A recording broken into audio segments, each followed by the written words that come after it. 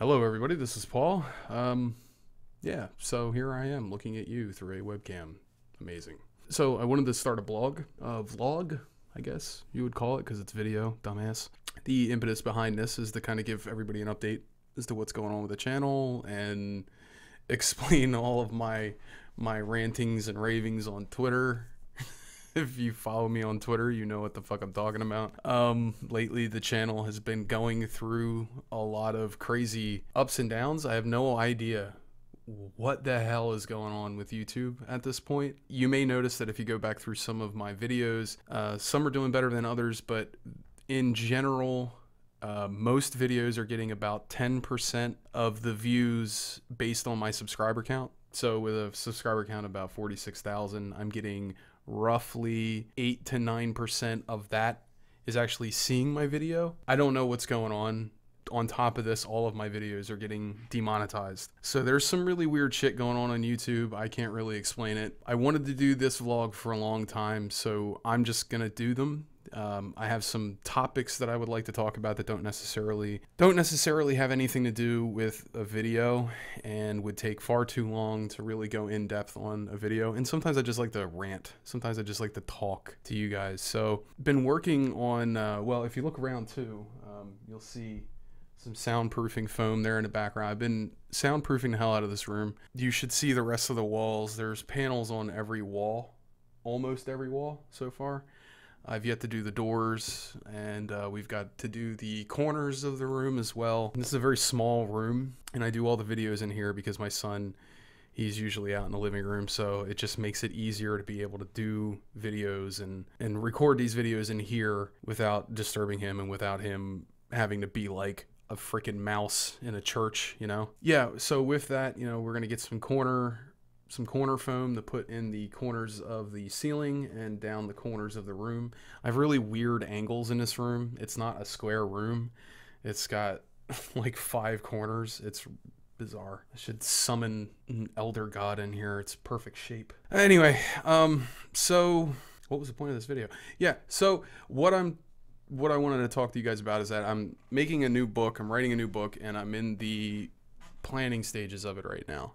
And I know I talk a lot about writing in the on writing videos. I kind of wanted to use the vlog as a chance to kind of give you guys a little insight into what my process is. So right now I'm in the pre-planning phase, right? On that video that I posted a little while ago, Hello Father, that character, Jim, is the lead character for this story that I'm in the pre-planning process for. Right? It's a weird prospect to make a character and a story revolve around him, mainly because he seems like such a shithead, and it's kind of a challenge for me to make a good character out of him. So what I'm doing right now is I'm trying to coalesce my thoughts on the theme, the orientation, and who the character is. And the way that I do that is I kind of have to write monologues for the character.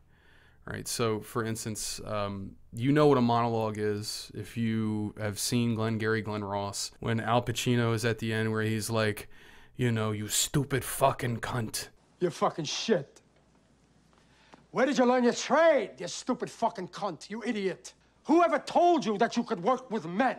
When he goes into that whole tirade, that's a monologue, right? So what I do is I'll write the characters out using these monologues in their voice, and try to find out how they talk, how they act. And I'll also start to act out some of the scenes, you know, I'll do it in their voice, which can be weird when you have people living with you and they think you're a fucking nutcase because you're in the room talking to yourself. But what I find really helpful about that exercise is that when I get to a certain point where that character has to talk to someone, I know what they will say and what they won't say. Things that they'll hold back and things that they'll let out. It makes for a good character because a character's only as good as the mystery really that surrounds their motivations, right? So as long as you can kind of keep that mystery about who they really are and who they'll become, the audience will want to follow along with you. So the way that I figure that out is I do these monologues with them, and I'll act the monologues out, try to figure out what their emotions are in the moment while they're talking about either things that happened in their past that may never even come up in the book, but they're there because it gives them meaning to their actions in life, you know? Like, you may not know why a character is doing something in a book that I've written, but I know, and that's why they're doing it, right? So I'll write out these monologues about their past. Maybe they're having a conversation with somebody and they go off on a tangent. I'll have all of these just completely worthless things, right, on the surface that I'll write out and then I'll just throw away. But it's in my mind now, and I know kind of how they speak, what their attitude is, how they'll react to certain things because of the knowledge of their past and how they speak in a monologuing kind of way, right? And that's kind of what I'm doing right now. This is going to help me come up with my orientation. Now, I don't know if you guys have watched any of the other videos about orientation, theme, and character, but orientation is kind of a question that the story is trying to answer. And it's not just any question. Okay, so when I was talking about how Dragon Age Inquisition didn't really have a question, didn't really have a theme, somebody had commented in the comments below that the main theme was religion, and they stated their reasons below. Well, let me tell you, that's not a good theme. Religion's not a good theme. And it's not just because I'm not religious. It has nothing to do with that. Religion's not a good theme because it doesn't create anything for you to use. What a theme or an orientation. See, people get theme and orientation mixed up. Theme is an emotion. It's an emotion that your lead characters are feeling, right?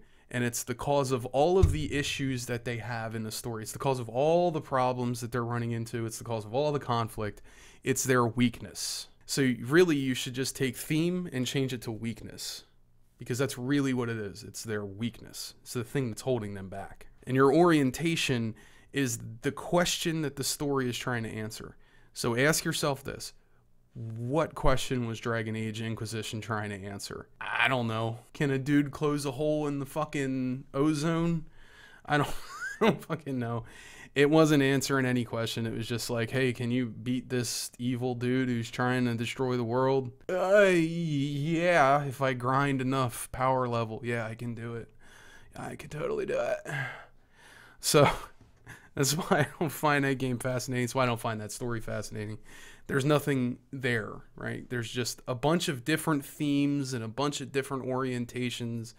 Every single side quest has its own orientation, has its own question that it's trying to answer.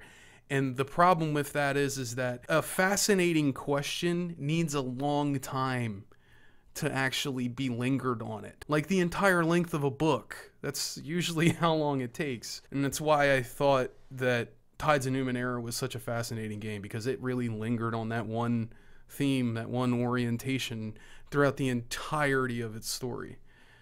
So that's why I wanted to shout that game out and give it some praise, because it really did a really good job of taking that orientation, that one single question, and just stretching it out and fleshing it out and making it vibrant and alive, right? As I've been writing this character's monologues and been acting out scenes with him, I'm starting to realize that I had an orientation and a theme previous to this, but I also had a story in mind, right? And this was the problem, because what I was trying to do was take this theme that I had, which is guilt, right? Because this guy obviously has a lot of guilt that he has to work through at some point in his life. And I was trying to take that theme and put it into the orientation of, can a man ever really change his nature? Or do we all lapse back into old patterns? It's pretty solid. I can make a story out of that, right? The issue is that I had that orientation and theme, but I also had an outline of a story in my head. And I was trying to make the two of those things work together without writing the actual outline based on the orientation and theme. And what I was finding is that as I was getting into the outline, I'm like, this has nothing to do with my theme. This has nothing to do with my orientation. And quite frankly, it's boring. So I've had to go back through and start rewriting things. But that's the trap that I want to help people avoid, is that don't write an outline until you know who your character is, until you know what question it is that they're trying to answer, the orientation, and what their weakness is. When you know those three things, then you can start writing your outline. Because essentially you know enough. And then what I also do now is, and I'm going to put this worksheet out there, but I have a worksheet that I use, and it was incredibly helpful in writing my first book. And what it is essentially is it's just a worksheet that asks you a bunch of questions about the chapter that you're about to write. What you're supposed to do is, while you're writing your chapter, you're supposed to be looking at this worksheet and going, wait, am I doing that? So some of the questions, and I'm going to bring this up real quick for you guys. This is where obviously I'm going to cut this out, right? You just do whatever you want. You just fucking just wing it. Just wing it. This is an information sheet. And I'm going to wait a half hour for my computer to pull it up. I need a new computer. All right, so this is an information sheet. Perfecto. Okay. Basically, in this, you have your chapter and you have your scene. Your scene's just going to be a name for the scene, or maybe it's even just the chapter name. This is the chapter number. This is the chapter name, right? And sometimes those chapter names can help you remember what that chapter is even about. Like at a glance, you could just look at it and go, oh, I remember that. So residue is a theme that is carrying over from the previous chapter. This helps you understand what the last thing the characters were doing in the last chapter. That way you don't forget, you don't just like do some big time jump into the next chapter where it's totally disconnected from the last chapter. You carry over some residue of the themes, the orientation, all that over into the next chapter, right? Present action. This is just, what are they doing right now? What are they doing this very moment? And with each of these lines on here, you're constantly thinking about, what does this have to do with my orientation and my theme? How does this contribute? So their present action has to be contributing in some way to the theme and the orientation of the story. Psychology. So this is helpful. Your characters are going to have a certain psychology when they come out of the previous chapter. Whatever events happened to those characters in the previous chapter, they're going to carry over to this next one. So this helps you to avoid things like, oh, my character was really sad over some guy's death in the last chapter, and now he's out partying because he's a fucking sociopath, and he's able to just switch his fucking brain off like that. So psychology is very helpful so you don't forget, because sometimes you could take very long breaks between writing chapters, and then you come back to your next chapter, and you've completely forgotten what you had done in the last chapter. Psychology, at a glance, helps you remember, what was my mental state of my characters in the last chapter, right? Where, who, this is pretty self-explanatory. Where are they? Who are they? Who's in the scene, and where are they? Pretty self-explanatory. And then why this scene? This is probably the most important question. This is probably the most important question on this sheet. Why are you using the setting of this scene to tell your story for this chapter? Why is this scene necessary? Could you tell this story without this scene? If you can't answer these questions, you need to get rid of this chapter because it's no good. Get rid of it, right? Foreshadowing.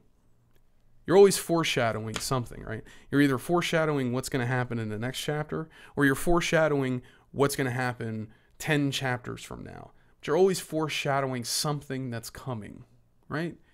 This is one of those things where you don't necessarily need to do this every chapter, but you should. You really should. Because it builds suspense, and it builds, in the audience, you're building a sort of wonderment about what's coming, what's going to happen. The more you build up that foreshadowing of events that are going to come down the line, the better it is, right? So you might be foreshadowing your antagonist, or you might be foreshadowing the conflict inside of the character.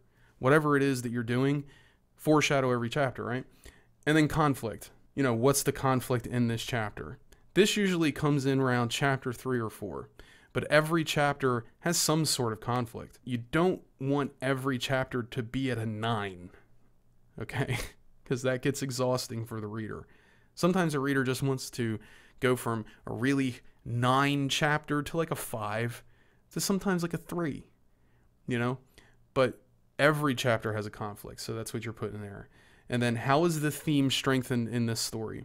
So how are we strengthening the emotion and the weakness of that character? How are we strengthening that theme in this chapter? If you can't come up with an answer, the chapter's no good. Come up with an answer. How does the theme get strengthened here? Orientation, how is it getting strengthened here? How are we getting closer to the answer of our question that drives the whole story forward? And then you got some random notes here. I used to doodle, I used to draw characters in the notes section because it helped me to, when I'm going to describe those characters, it helps me to know what they look like. It would draw items of interest in the story or setting pieces, you know. So I drew, in one of my stories, I had this upscale yuppie restaurant that was built out of the carcass of a hydra that had, or not a hydra, a kraken.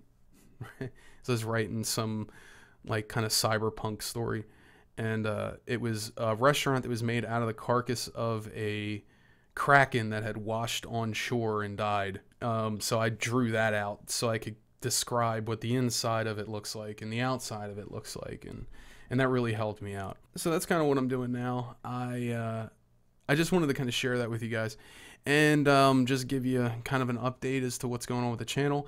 I want to start setting the Patreon to monthly, and I want to start doing vlogs every week, just talking to shit, just saying, hey, this is what happened this week, because believe it or not, I don't actually have that boring of a life.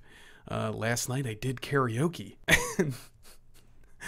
But no, I'm working on something right now that I think is pretty important, and the real impetus behind this whole thing was that I wanted to get input from the audience. So what I'm working on right now, and this will be worked on in the background while other videos are getting worked on, I'm going to start doing more video reviews.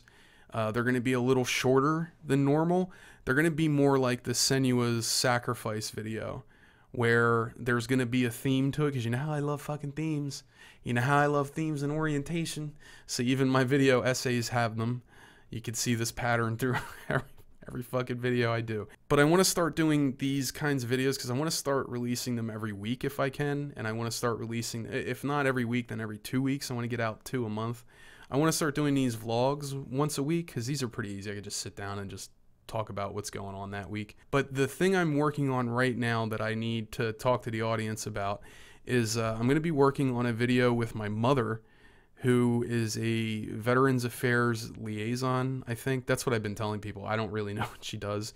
I just know that she's a middleman between the veterans and Veterans Affairs. Because right now, Veterans Affairs is set up in a way that it can deny claims to veterans very easily because they have a very obtuse way of having people answer questions. And if you answer a question a certain way, you're almost automatically denied a claim. So there's people who are dying from burn pit exposure. If you don't know what burn pits are, it's the way that the military, when they were out in Afghanistan and Iraq in forward operating bases, the way that they would dispose of trash is they would dig pits and they would throw all the trash in them and they just burn it. Now, here's the issue. Styrofoam, feces, everything goes in these fucking things, okay? And the particulates get into the air, get into your lungs, and over time, you develop asthma, you develop glioblastoma, like some really bad shit that can kill you. So right now she's working with a woman who is dying. She's trying to get VA benefits before she does so that at least her kids are taken care of before she dies. But the VA, for the last however many years she's been trying to get benefits, have been consistently denying her based on the fact that they don't grant benefits for burn pit exposure. They don't think it causes cancer. And then also doing the same video on also PTSD. So what I'm doing right now is I'm trying to line up interviews with veterans. I would prefer veterans who are currently living in Florida, but I can also do Skype video calls with veterans who are living in any state in America, even countries, different countries, wherever. Skype video call would be great. And if you are a veteran who currently is having trouble with the VA, or you have health problems ever since you left the military, get with me, DM me so that we can talk. We'll talk offline. I will need to verify that you were in the military and everything like that. But if we could do that and we can work together, I'd like to get some interviews with you guys and start trying to make a difference here, because every time I see coverage of the Veterans Affairs problems, all I ever see is oh, Veterans Affairs is fucking up and some guy got fired and they got replaced. We're making progress. Well, they don't talk about what are they fucking up on? What is going on? Why are they receiving so many complaints? Why are so many veterans dying?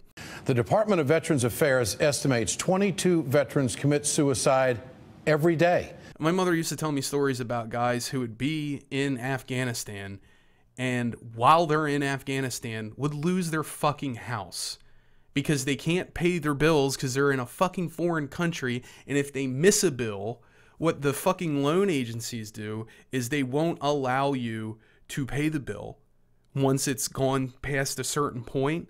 You can't just pay it. You have to come into the office. And they don't care if you're overseas or not. There used to be amnesty for this kind of thing. There isn't anymore. So these people lose their house. So they'll come back homeless. They come back from the military homeless. There's just so many problems right now with the VA. And I just want to inform people. I don't think I'm going to change anything, but at least if I can give people more information about what's going on, then people will be more pissed off. Because people need to be more pissed off about what's going on to these veterans. I mean, say what you will about veterans, say what you will about wars. These are just poor people, usually, who join the military because there was no other opportunity for them to go to college.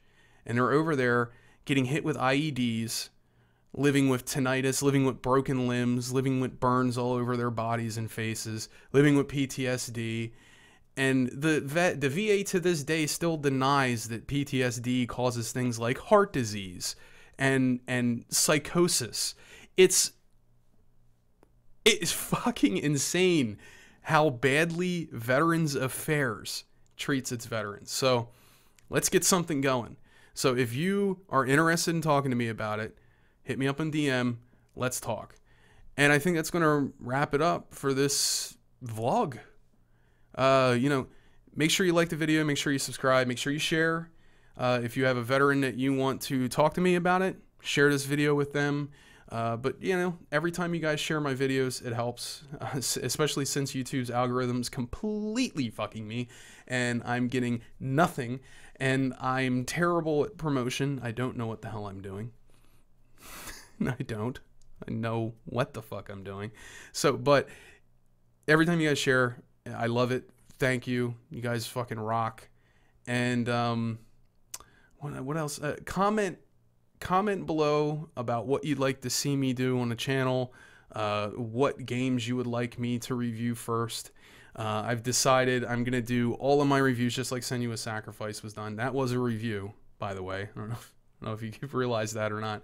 But that was like what I want to do for reviews. So if you would like to see me do those kind of reviews, tell me what game you'd like to see. I've already gotten a lot of requests for Original Sin, Divinity Original Sin, so I'm probably going to try and do that one first. I don't know. I'm not in the right mind space to do that game, but I'm just going to power through it. I think once I get past that first town, oh my God, that first town is it's brutal. Once I get past that first town, I think I'll be all right. So, all right, guys. Well, thanks for watching, and I'll talk at you later. Bye.